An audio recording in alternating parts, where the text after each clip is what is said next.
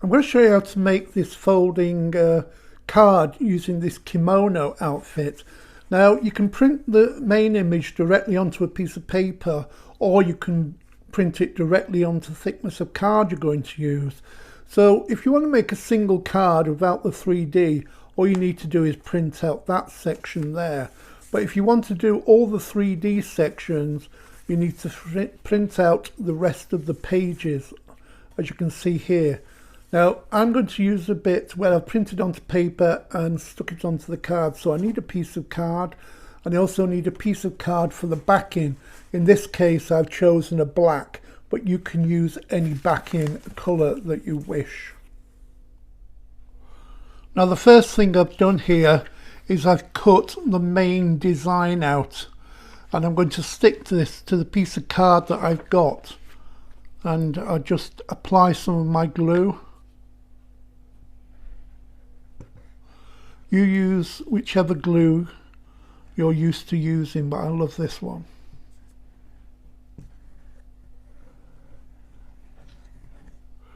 Okay, so there's my glue. And now I'm just going to stick this directly onto the piece of card I'm going to use. Don't forget, you can print this directly onto the card that you want if you've got a printer that will take the thickness of card you're going to use. Next, what I'm going to do is I'm going to take my backing card, and I'm just going to precisely put this together, and taking a little bit of masking tape, just tape up all of the edges. You only need one little bit, because I'm going to be cutting the main image out, and then you'll have two pieces looking the same. So just go all the way around and just using a little bit of tape, make sure everything's not going to move, and tape that down. Now those two pieces of card are held in shape, I'm going to cut out the design, and I'm actually cutting the two pieces of card at the same time, so the back will match up precisely with the front.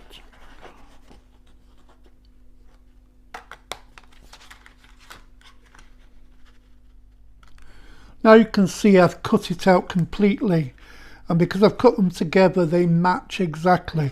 So there's the back of the card and there is the front. Now what I'm going to do is I'm going to crease along the back here where I want this to bend. Now with this design, I think a natural place to bend it would be here, across here. But if you don't have any kind of basic design that you can find out it looks right exactly where to bend it, do it about 2/3 up, and that'll give you a nice area for it to bend. So all I'm going to do now is from that to that, I'm just going to take just going to line this up, might help me. Pop there like that, make sure that's right. And I just want to go across here to here, which looks about okay.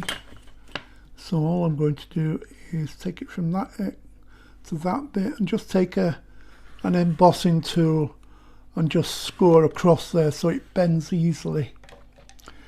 Make sure you've got the template the right way around, and then that can just bend like that. So that's where the natural flap is going to be. Now I know what I'm going to be doing, so I'm going to glue this section up and then stick the front on.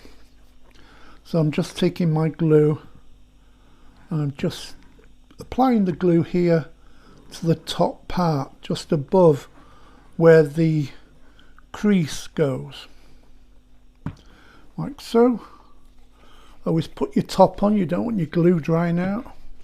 And then take your next design, the top design, and just line that up. Make sure you don't get any glue going behind it. Now I'm just going to pick this up and just press it together like that, and make sure everything is lined up good. Just looking at that. There you go. You might want to wait a few seconds for that to dry, and then theoretically this will just fold over there like that, and that will become the back of the card. You can also do your greetings and writing in there, and then when they open the card they can stand it up like that.